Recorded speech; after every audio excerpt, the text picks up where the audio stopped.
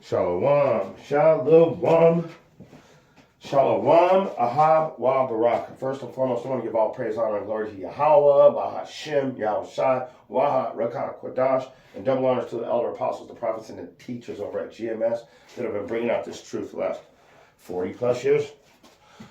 And I wanted to say Thawadwa Barakatah to the elders at GMS for never changing the doctrine, always making sure that they teach in righteousness and sincerity. All the other camps, I can't say that for. I can't say that for any type of religion. They've been changing doctrine since the jump.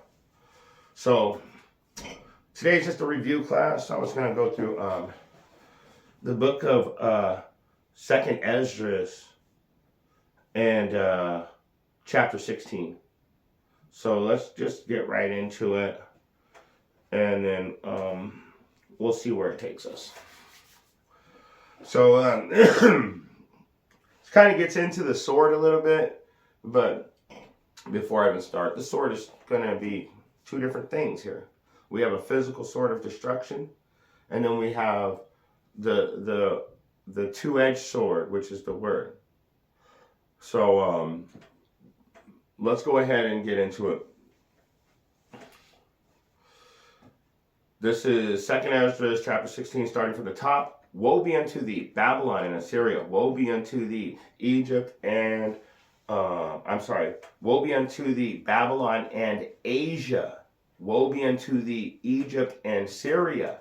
Gird yourselves up with cloths of sack and hair and sacks and hair. Bewail your children and be sorry, for your destruction is at hand. Who? Pretty much all the earth. 2/3 are going to die, but 1/3 shall be left therein. So, the thing is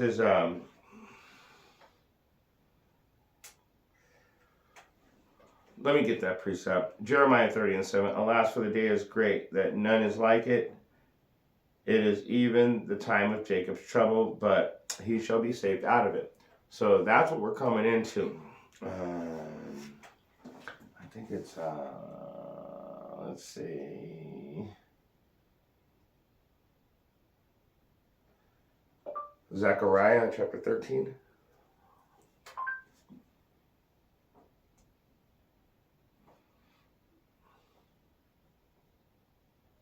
That's so lame that they won't give me any more.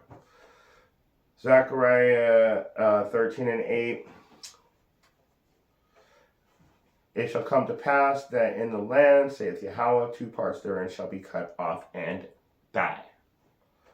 But the 1/3 shall be left therein. So during Jacob's trouble, 2/3 of our people are going to be cut off and die. But it's saying, what about Asia and Syria? And I want to do this real quick. I've been wanting to do this.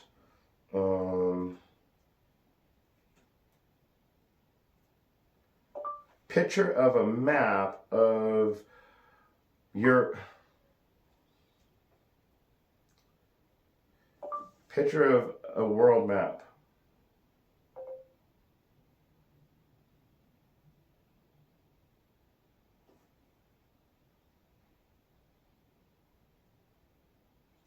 I just got to show you that they're calling this separate continents, and honestly, Asia and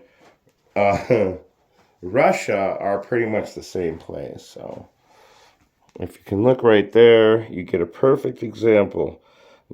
So America is a continent. South and North America are two different continents. Notice that they're not touching. Asia, or China and Russia and all the European countries are all connected. Do you notice that? They're all perfectly connected. So what's the point? Well, let's go back into it, because Asia Major and Asia Minor would actually be all of these connecting places. So they weren't called Russia, and they weren't called like Russia and China. Russia and China are two continents, yet there's all these different land masses right with them. So they're calling these different continents. They're not. They're all one. So when it's telling you Asia, you can see China and Russia and everybody else connected right there. That is a continent. Africa is a continent. South America and North America are continents. So, woe will be unto thee, Babylon and Asia. So the whole point is to show you that Asia is talking about that whole landmass over there. All of you motherfuckers. That's why I said everybody. So, jumping back up to verse 3. A sword is sent upon you, and who may turn it back? And so the sword is an instrument of divine justice. It's an instrument of divine judgment, okay? So that's what the sword represents in the Bible is what I'm trying to say. So let's get a precept and prove that. Let's go to the book of Job, chapter 19, and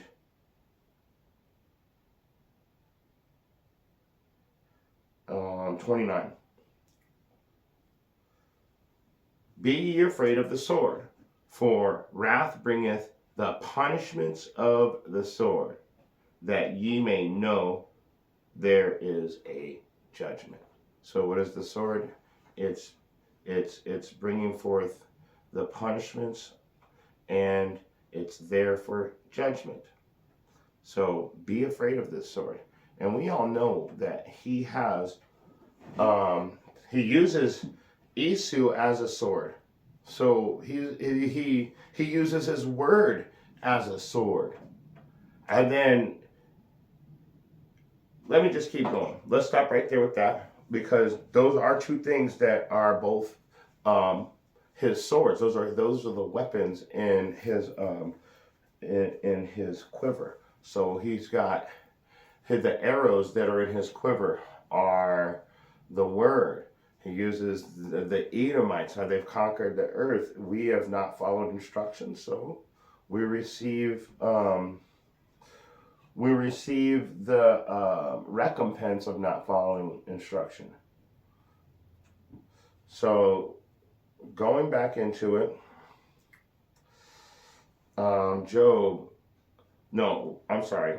Yeah, we were at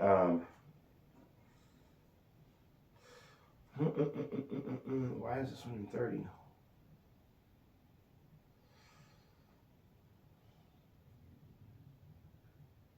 Oh, okay. No. Okay, but anyway, sorry about that. Be afraid of the sword. The sword, like I said, it represents divine judgment. Going back to 2nd Esdras, a fire is sent among you, and who may quench it? Plagues are sent unto you, and what is he that may drive them away? That's another important one right there. Let's get that one. So if plagues are put on you, who's going to push them away? And the reason why I want to bring this out is because who's putting those plagues on us? Yahweh Bahashem Yahushai. And why would he put those plagues on us? I'm going to answer that right now. So go to Deuteronomy chapter 28 to verse 58.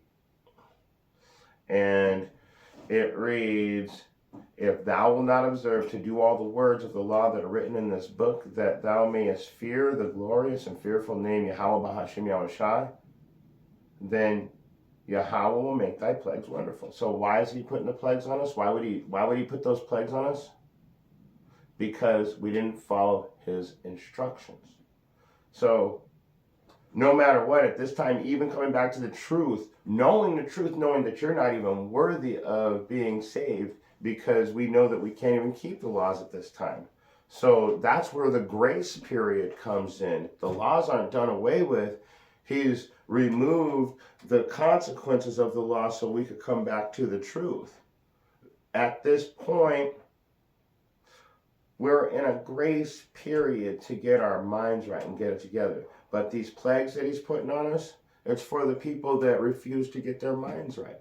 But if you have one of these plagues on you and you get your mind right, then the Most High will deal with you accordingly, and I can prove that like no tomorrow. But if the plagues are sent unto you, and what is he that may drive them away? So let's go back to these plagues. So we know why he would put plagues on us, because we won't observe to do all the words that are written, of the words of the law that are written in the book. And that thou mayest fear the glorious name Yahweh Hashem Yahushai. So verse 59 though, then Yahweh will make thy plagues wonderful, and the plagues of thy seed indeed great plagues, and of long continuance, and sore sickness, and of long continuance. So he's saying that you're going to get sick and it's going to last forever. Let me prove it. Moreover, he will bring upon thee all the diseases of Egypt, which thou wast afraid of, and they shall cleave unto thee. So you're going to get sick. It's going to continue for a long time. Cleaving unto thee, that means it's not going to go away. Verse 61. Also, every sickness and every plague which is written in the book of this law, them will Yahweh bring unto thee until thou be destroyed. So, going back into it, this is perfect because he said, I'm putting these on you. I'm the one doing it. Okay? Because you didn't follow my instructions. And that's only for the Israelites. Everybody else, you guys are doomed from the jump. So when I'm saying that there was a way out of this, or there was something you could have done, only the 2/3 are the ones that are actually suffering that could have done something. All you other nations, you've already sealed the deal by putting us in slavery for the last couple thousand years. And everybody keeps trying to act like the Ethiopians aren't going to be judged, like they're some kind of special circumstance. But the scriptures clearly state, and you Ethiopians I will also destroy. Let's get it. This is Zephaniah 2:12. You Ethiopians will also be slaughtered by my sword, says Yahweh. That's the New Living Translation. That's pretty basic. Yeah, so I'm tired of hearing about Ethiopians being anything that has to do with the kingdom. Now, there are Ethiopians that are Hellenized. In other words, they're not really Ethiopians. They're Israelites that take on the appearance and the culture of an Ethiopian, which would make you a Gentile. But anyway, so if you don't know who Ethiopians are in the Bible, the Berean Standard Bible would say, you too, O Cushites, so Cush are the Ethiopians, shall be slain by my sword. So who are the Cushites? That would be Nimrod and Babylon. So the Ethiopians were the ones who ruled during the time of Babylon. Now, if you can understand that, that might help you out a little bit with who the Ethiopians are and why they are never going to be up, just like the rest of the nations, man. So going back to the point, he makes these plagues wonderful and great, and he's putting the plagues on you. How are you going to stop something that created you from, how are you going to stop the plagues being put on you by the person that created, by the being that created, by your Father which created you? So how are you going to stop the Creator from putting a plague on you? How are you going to push that away? Now, I know in the scriptures what it says that the Israelites can do to push away the plagues. I can get it right now. But it isn't going to help any of you other nations. I'll tell you that right now. Let's get it. Let's do it. Let's see if I'm right. Let's see if I'm right.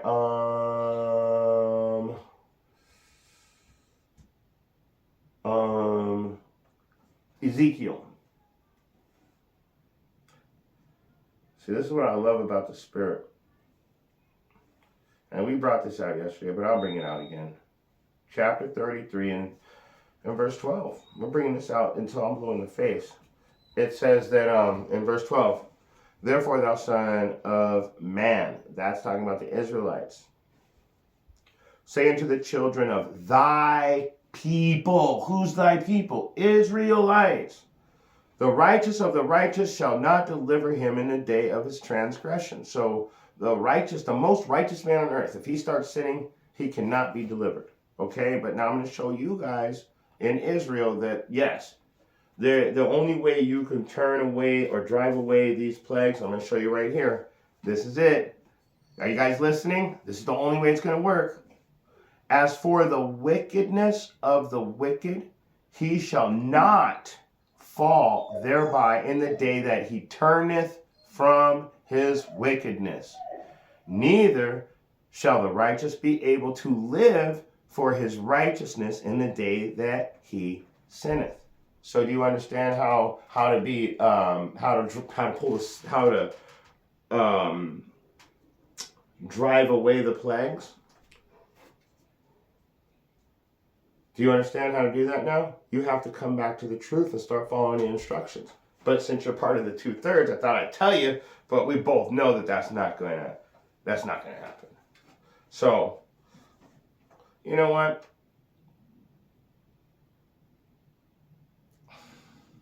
Let's keep reading them. Why not? Let's stay in Ezekiel for a second. Verse 13. When I say unto the righteous, that he shall surely live if he trust in his own, he shall surely live if he trust in his own righteousness and commit iniquity. All his righteousness shall not be remembered, but for his iniquity that he hath committed, he shall die for it. So living your whole life righteous, and then you decide to fall off, or how do they call it these days? They say crash out. You're going to crash out and just stop keeping the laws. You're a crash out. You just went away from the truth. And all his righteousness shall not be remembered. But for his iniquity that he hath committed, he's going to die for it. So all those things you did, you built yourself up for a destruction because you had a whole life. And it tells you who can drive away the plagues. Well, Yahweh Shem Yahweh Shai drives them away as soon as you do what he says. It's that simple. One more in Ezekiel, and then we'll go back over to second Esdras. One more in Ezekiel though. Again, when I say unto the wicked, thou shalt surely die, if he turn from his sin and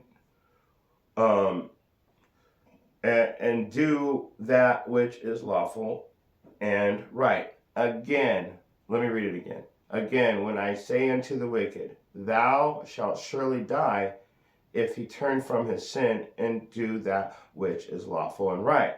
If the wicked restore the pledge, give again that he had robbed, walk in the statutes of life without committing iniquity, he shall surely live, he shall not die. So you can actually be saved out of this, but since you're part of the 2/3, you probably don't even know what I just said. In other words, if you come out of the iniquity and stop living for sin, but start living for righteousness, and again, what he has robbed, you got to give. And that's beautiful right there, because I always say, like, all of the actors and actresses that want to say that they're Israelites and want to still be rich and still enjoy the spoils of how they of the wickedness that got them rich, and then they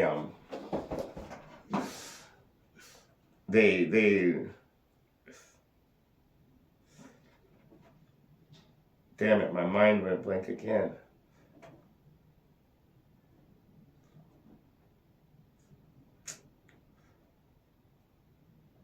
No, the plagues are sent unto you, and what is he that may drive them away?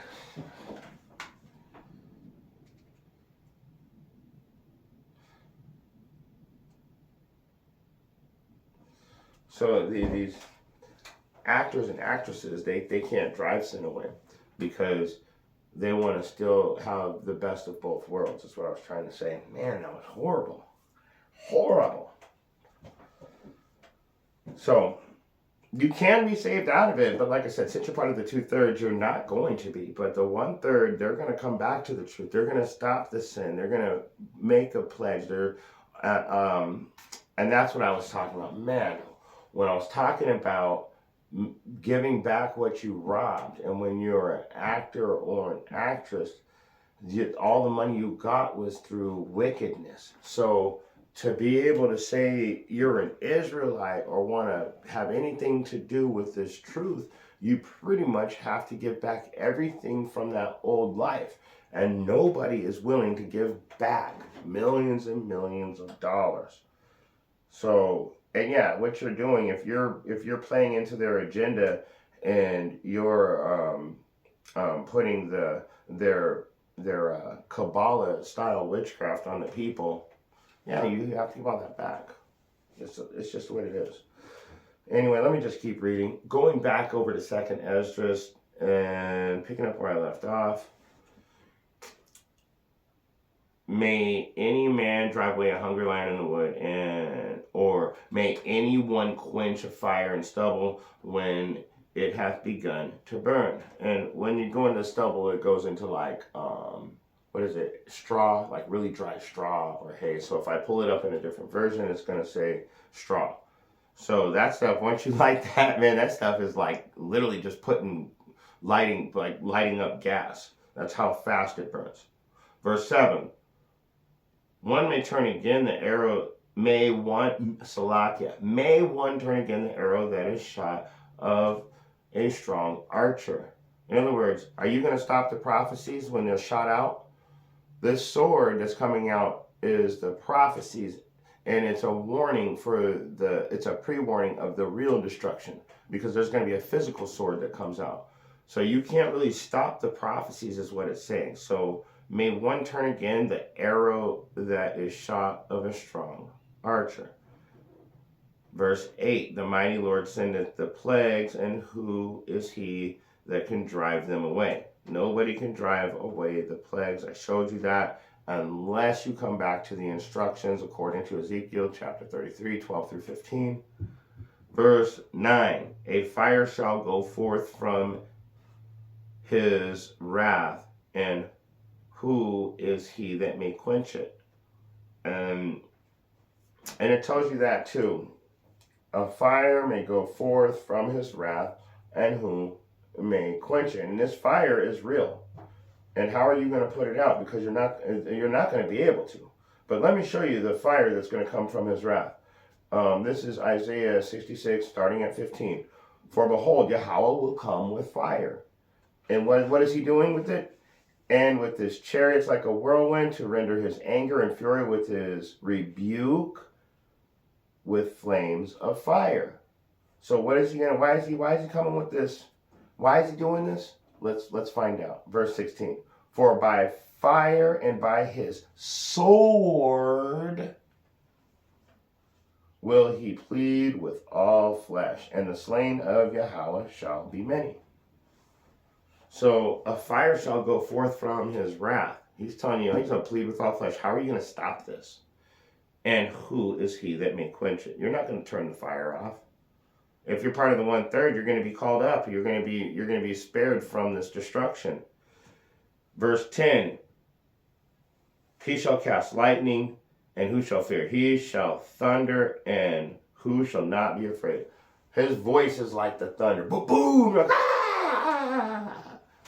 Everybody's like that. My dogs go running and hiding in the closet when thunder. They're trying to break into the house to hide from the power of Yahweh, Bahashem, Yahweh Shai. So how is it that you guys are so prideful at this time? The pride of your heart has deceived you. Because how is it that you think that you're going to be able to stop the Most High?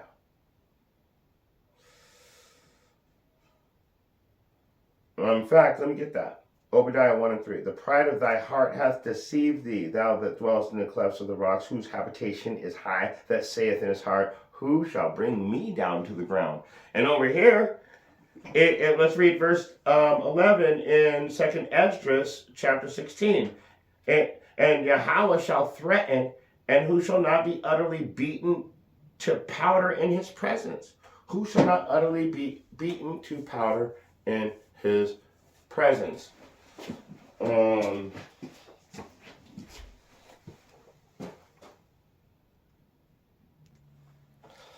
All right, I'm sorry about that, guys. I had to find this precept really quick, but I had to find the version that it's in. So, let me read it again. This is beautiful. And yes, there it is. This is 2nd Esdras, chapter 16 and 11. Yahweh shall threaten, and who shall be utterly beaten to powder at his presence. So when you go into Psalms 18 and 42, you got to go to God's word translation. I will beat them into a powder as fine as the dust blown by the wind. I threw them out as though they were dirt on the streets. Okay? So so who's going to be able to stop that? He's telling you more in one place. He'll beat you into powder, into a powdery substance. Let's get the King James Version, and then we'll go back into it. Then I did beat them in them small as the dust before the wind. I did cast them out as dirt in the streets.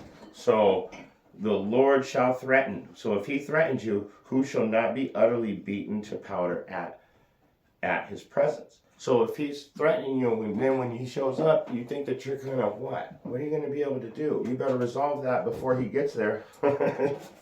In other words, you better come back to the truth before it's too late. Let's stay in 2nd Esdras. Let's keep going. The earth quaketh, and the foundations thereof. The sea ariseth up with waves from the deep, and the waves of it are troubled at the fishes thereof also before Yahweh, and before the glory of his power. And that actually goes into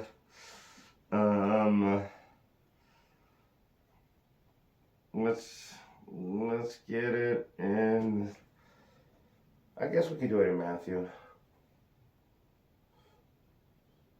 It's Matthew 24, Luke 21. So let's go to Matthew 24. And I'm pretty sure it's verse 7, verse 6 and 7.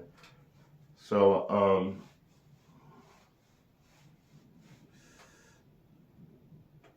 so this is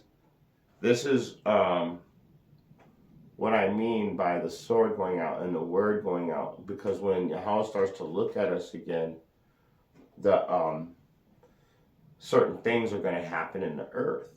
So he's showing you right here, the earth quaketh, the foundations thereof, the sea ariseth up with waves from the deep, and the waves of it are troubled, and the fish thereof also before Yahweh and before the glory of his power. So when you get into that, it goes right back into Matthew when Yahushua is telling the disciples when the end of the world is. In fact, let's read Matthew 24 and verse 3. And as he sat upon the Mount of Olives, the disciples came up to him privately, saying, Tell us, when shall these things be? And what shall be the sign of thy coming and of the end of the world? So he's saying, when is this going to be the end of the world? Now watch this. Let me read verse 13. For strong is, this is 2nd Esdras 16 and 13. For strong is the right hand that bendeth the bow, and his arrows that he shooteth are sharp, and he shall not miss when they begin to be shot into the ends of the world. That arrow is the truth coming out. So what shall be the signs of the end? Well, first of all, we know that we're going to understand this truth again. Now, going back over to here, what does Yahushua say what the end of the world is? We're going to skip up to verse 6. And you shall hear of wars and rumors of wars. See that you be not troubled, for all these things must come to pass, but the end is not yet. For a nation shall rise against nation, kingdom against kingdom, and there shall be famines and pestilence and earthquakes in diverse places. So that goes right over into here. So it's telling you that the earth quaketh, and the foundations thereof, and the sea ariseth. So this and this are starting to work together. So Esdras and Matthew are saying the same thing, that Yahushua is saying the same thing that Esdras was prophesying, that the end is going to show certain signs and show certain prophecies being fulfilled. That's why it tells you, and these are the beginnings of sorrows. Let's keep reading. Let's keep reading. So going back into second Esdras, let's see. You know what? Let's stay with what we're going to get another precept real quick. Isaiah, because I just thought of this. Isaiah chapter 29, and 6. Thou shalt be visited of the Lord of hosts with thunder, and with earthquakes, and great noise, with storm and tempest, and a flame of devouring fire. So the earthquake is in the foundations thereof. So I'm trying to figure out who's going to be able to withstand this, and who's trying to tell me that this isn't the sign of the end. It literally, what was verse 1 again? Verse 2, gird up yourselves with cloths of sack and hair, bewail your children, and be sorry, for your destruction is at hand. Your destruction is at hand. Isaiah 29:6. Thou shalt be visited by Yahweh of hosts, Yahweh's army, the Shabbaoth, with thunder, with earthquakes, and great noise, and with storm and tempest, and flame of devouring fire. So I'm going to ask you guys right now, are we being visited yet? Are these things starting to happen? So he's starting to visit us right now. Who's going to stop these things? He's sending out his arrows into the four corners of the world right now. So the warning is going out. This gospel is being preached to the world right now. After the gospel has been preached to the world, the destruction is coming. That's why there's gonna a lot of things still have to happen. That's why in verse 8 it tells you the end is not yet, but he that in the all these, that's verse 7 or 8. The verse 8, these are the beginnings of sorrows. That's what I was saying. That these are the beginnings of sorrows in where is it now? Matthew 24 and verse 8. I'm sorry, I'm just gonna pull that back up. I hate trying to. So verse 8. And these are the beginnings of sorrows. So who's going to stop this? Who's going to be able to stop it is what Esdras is saying. Who's going to be able to stop this when it happens? You're not going to be able to stop the Most High's prophecies from being fulfilled. And you're definitely not going to be able to stop his physical destruction from taking you out.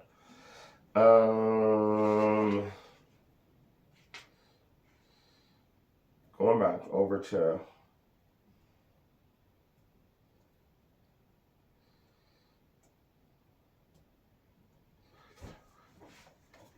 and it tells you, like, this is what I love about Isaiah too, because he's telling you this is how the visitation is going to take place. He's telling us that the storms, the earthquakes, the fires, the pestilence, the famines, this is all a sign of the return of Yahushua. So what will be the signs of thy return, right? Didn't we just look that up in the book of Matthew? What will be the sign of thy return? Well, all of these things that are happening right now is exactly what this is. It's the sign of his return. Let's read it again. It says right here, and he sat down on the Mount of Olives, and the disciples came up to him privately, saying, tell us, When shall these things be, and what shall be the sign of thy coming and the end of the world? So Isaiah is telling you right here, he's telling you that in verse 6, thou shalt be visited by the Shabbaoth, Yahweh's army, with thunder, with earthquakes, and with great noise, with storm and tempest and flame of devouring fire. So that's the answer right there. Now we know when he's going to start to visit us again. Now we know that this is the sign of thy coming and the end of the world. Moving on. Let's go back over to 2nd Esdras. And let's get another precept real quick. Luke chapter 21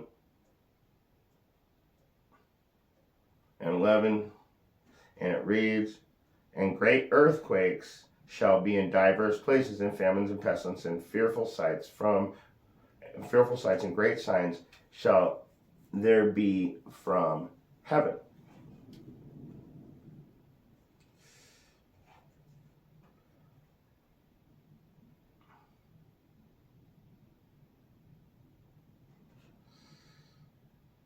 So, sorry about that. I'm reading up and down. So, once again, you're not going to be able, these are all prophecies. So he's saying, who's going to do this? Who's going to be able to stop this stuff once it starts? Nobody's going to be able to stop it. And all through the Bible is telling you that when this starts, these are the prophecies getting fulfilled in the end. We're at the end. That's beautiful. That means that the people that are against us are finally going to feel the wrath of Yahweh Bahashem, Yahweh Shai. Let's go to the book of Acts real quick, chapter 2. I'm happy to be at the end. And how do we know how we're going to know when the end is? Let me say it again in Acts 2 and 19. And I will show wonders in heaven above and signs in the earth beneath, blood, and fire and vapor and smoke. Verse 20, the sun shall be turned into darkness and the moon into blood before the great and notable day of the Lord come. Yes, the great and notable day of the Lord come. So that's beautiful. Have we not had blood moons after blood moon after blood moon? We've had the moons do a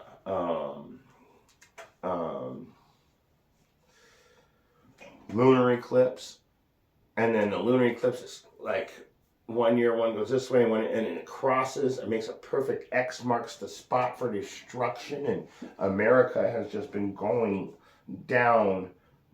Everywhere you look, this place is being destroyed, whether it's manufactured by our oppressor or if it's natural disaster. No matter what, these prophecies are still being fulfilled. And so let's go back over to 2nd Esdras and read it, verse 15. The fire is kindled and shall not be put out until it consume the foundations of the earth. That fire is the fulfillment of this book. The prophecies have to be fulfilled. And the children of Israel have to wake up. The other nations have to admit who we are. We have to have the MOTB has to be mandatory. So there's a lot of things. We have to have the catastrophic nuclear destruction. All these things still have to happen. So that's how we know the end is not yet, but we sure are getting close, because a lot of the things that I didn't mention, but they're mentioned right here in the scriptures, are happening right now, like the earthquakes, the famines, the pestilence. And during the California fires, there was a 7.2 earthquake in Tibet. And so every year, the earthquakes get worse and worse. Last year was the most earthquakes in history. This year, I wouldn't be surprised if we beat that record. Let's keep reading.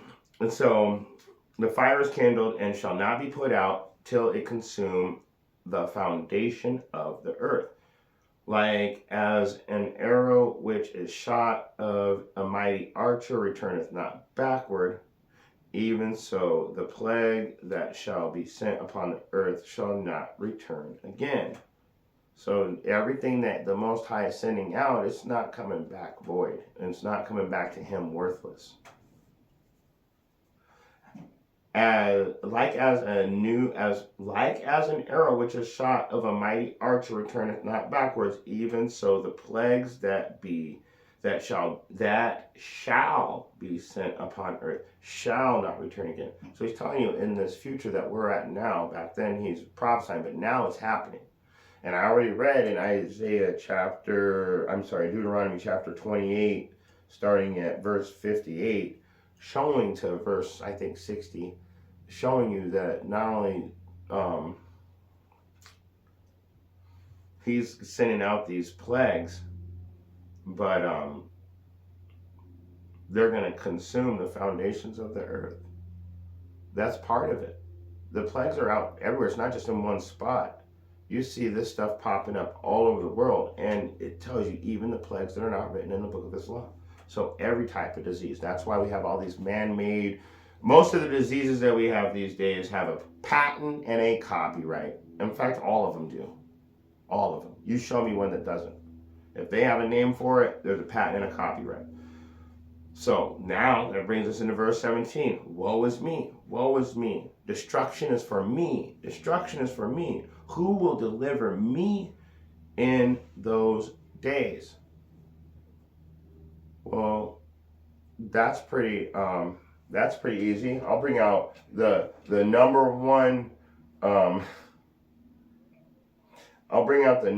one Christian go-to scripture to say everybody's saved. So who's going to save me in those days, right? So John 3:16, it says, for God so loved the world that he gave his only begotten Son, that whosoever believeth him shall not perish but have everlasting life. So how do you believe upon him? By following his instructions. In fact, how do you believe upon him? I'll show you. Let's go to Revelation. I love this. Man, this scripture's just been coming out every single time I bring a class out. But let's get it. Revelation 4. I heard another voice from heaven saying, come out of her, my people, that you be not partakers of her sin, and that you receive not of her plagues, for her sins have reached unto heaven, and Yahweh hath remembered her iniquities. So who's going to deliver you in that day? Well, I just showed you that the Most High is going to deliver you. And how are you going to be delivered? By coming out of the worldly lifestyle. Very simple stuff, okay? And now verse 18. The beginning of sorrows and great mourning. I already showed you in Matthew 24 and 8, or 7, 24 and 8, that is saying the same thing there too. That these are the beginnings of sorrows. What we're living in right now is literally going into Jeremiah 30 and 7, which I already brought up, is Jacob's trouble. So, let's get it again. So, verse 18. The beginning of sorrows and great mournings. This is 2nd Esdras chapter 16 and verse 18. The beginning of sorrows and great mournings, the beginning of famine and great death, the beginning of wars, and the powers shall stand in fear, the beginning of evils. What shall I do when these evils shall come? So, watch this. All these are the beginnings of sorrows. Now he said, what shall I do when these things come? So let's skip up to verse 13. He that shall endure until the end, the same shall be saved. And that takes us back into Revelation 18 and 4. What shall I do when these evils come? Well, come out of her, my people. If you're already out of her, then you need to do this. So there's plenty of scriptures in here to tell you what to do.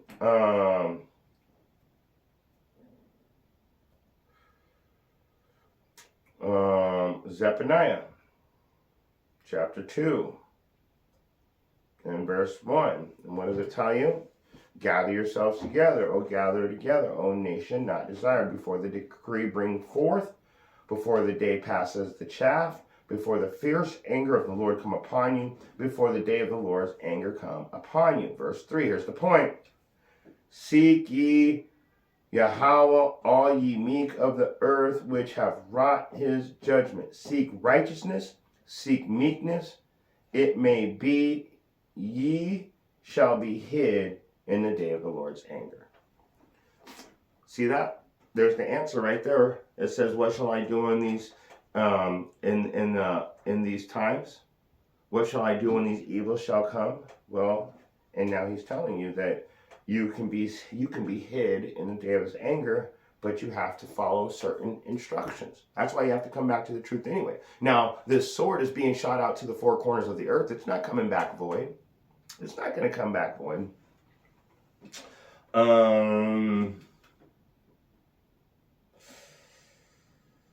Let's keep reading. 19. Behold, famine and plague, tribulation and anguish are sent as scourges for amendment. Oh, you know what that word amendment.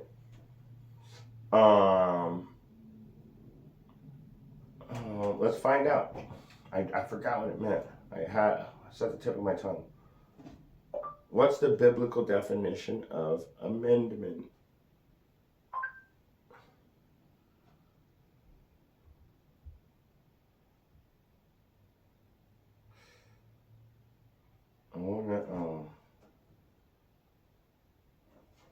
There it is. To repair the damage of your sin. So behold, famine and plague, tribulation and anguish are sent as scourges. There's another word right there, scourges. So we know that repair the damage for your sin is amendment. What's the biblical definition of scourges? Punishment. Wait, it's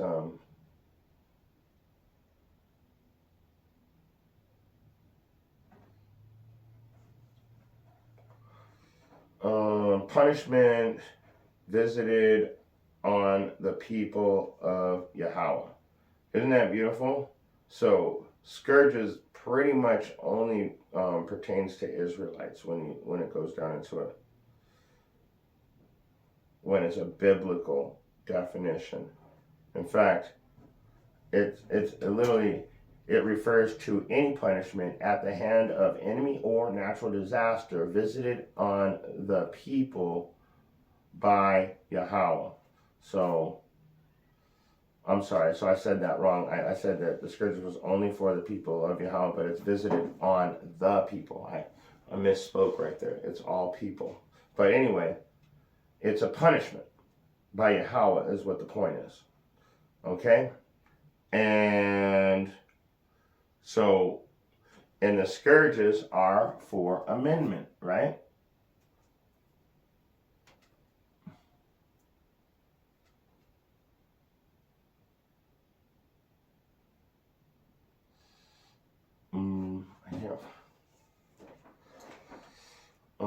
An amendment was, what was the biblical definition of amendment again? There it is. That's right.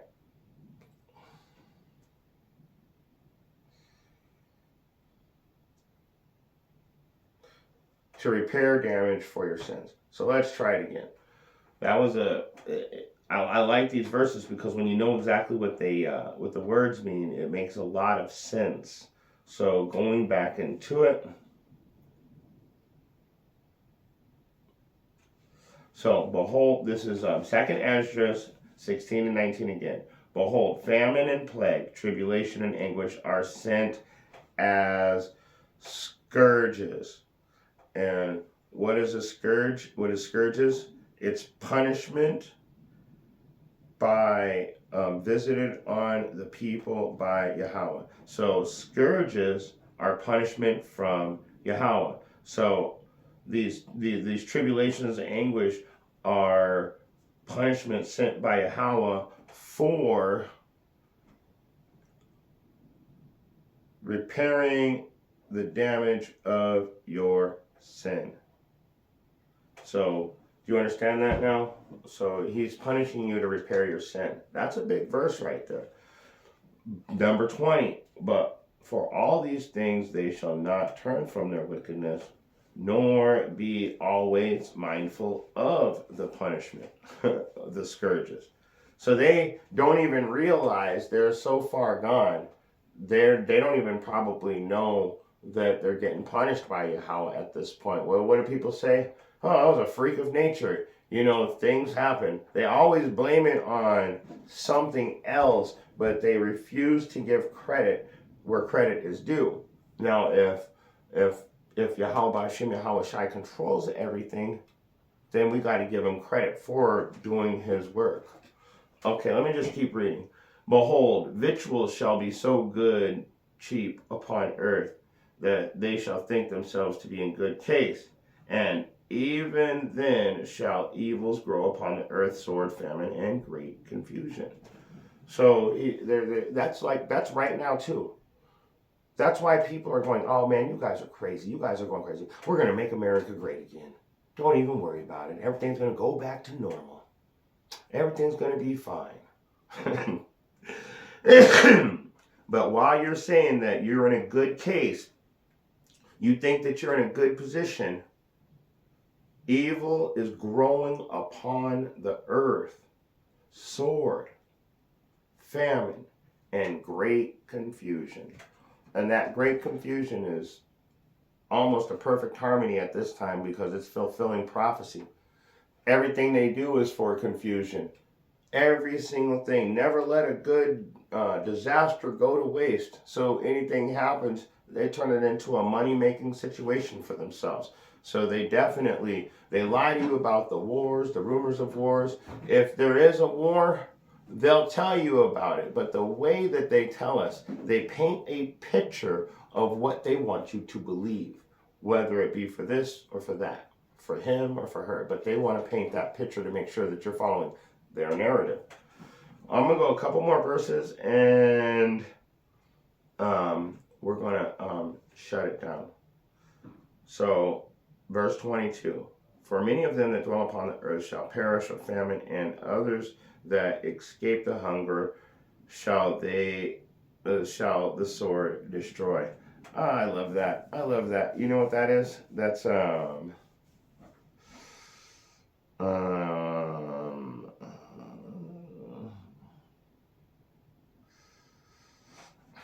think I know where it's at. I gotta get that. We gotta get that precept right now. It's let's try I think let's see. Because he said, that's beautiful, man. This book is so beautiful. The scripture says that for many of them that dwell upon this is going back to 2nd Esdras 16 and 22. For many of them that dwell upon the earth shall perish of famine, and others shall escape the hunger. Shall the sword destroy. So it's saying you're going to escape one thing, and another thing is another thing's going to get you. Where is it?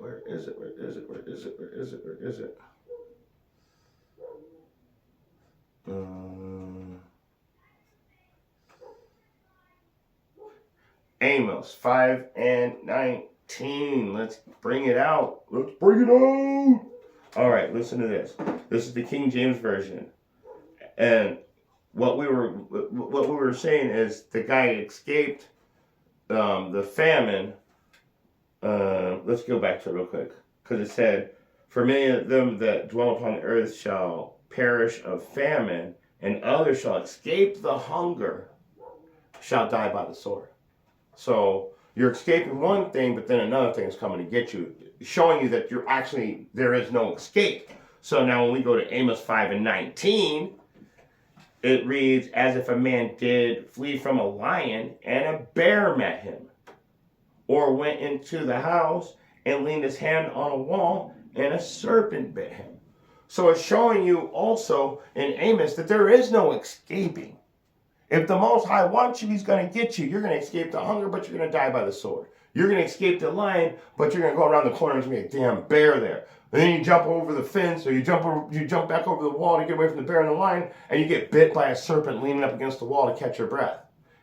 Yahweh is saying, I got you. I got you. No matter where you go, you can't hide, and you cannot escape judgment. Going back to 2nd Esdras, chapter 16 and verse 23, and the dead shall be cast out as dung. Dung is shit. And there shall be no man to comfort them, for the earth shall be wasted, and the cities shall be cast down, and there shall be no man left to till the earth and to sow it. And so we're going to close out. We're going to close out right there. So the destruction has come, and it's already started. And I'm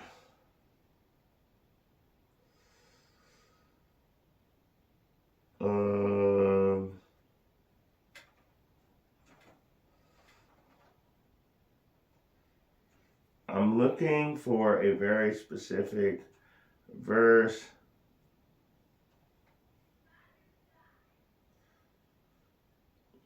Oh man, I know it's right here too. It's right here. There it is. Found it. I found it. Good. So this is Matthew 24 and 14, because I just showed you that the earth is being destroyed. There's nobody left. Watch this. This is, let's read 13 and 14 together. But he that endureth until the end, the same shall be saved, right? Verse 14, and this gospel, this sword of the kingdom shall be preached to all the world. The sword shall be shot out all over the world for a witness unto all nations. So you guys know the truth. And then shall the end come. So, and the gospel, the good news that you guys are going to be destroyed for oppressing us for all these years. So the gospel of the kingdom shall be preached in all the world for a witness unto all nations. And then shall the end come. So, this gospel is going to be preached to all the world, which is happening right now. You got people in African tribes popping up on street corners talking about, I want to give all praise, honor, and glory to Yahweh Ba'Hashem Yahushai. You go into the islands, Yahweh Ba'Hashem Yahushai. You go over into Germany. You go to Austria. You go to France. You go to England. You go to Great Britain. You go anywhere in this earth. You go to Canada. You go to Mexico. You go to South America. You go to Hades. It's Yahweh, Ba'Hashem, Yahushai. This gospel has been preached to the four corners of the earth. So guess what's next? The end's going to come.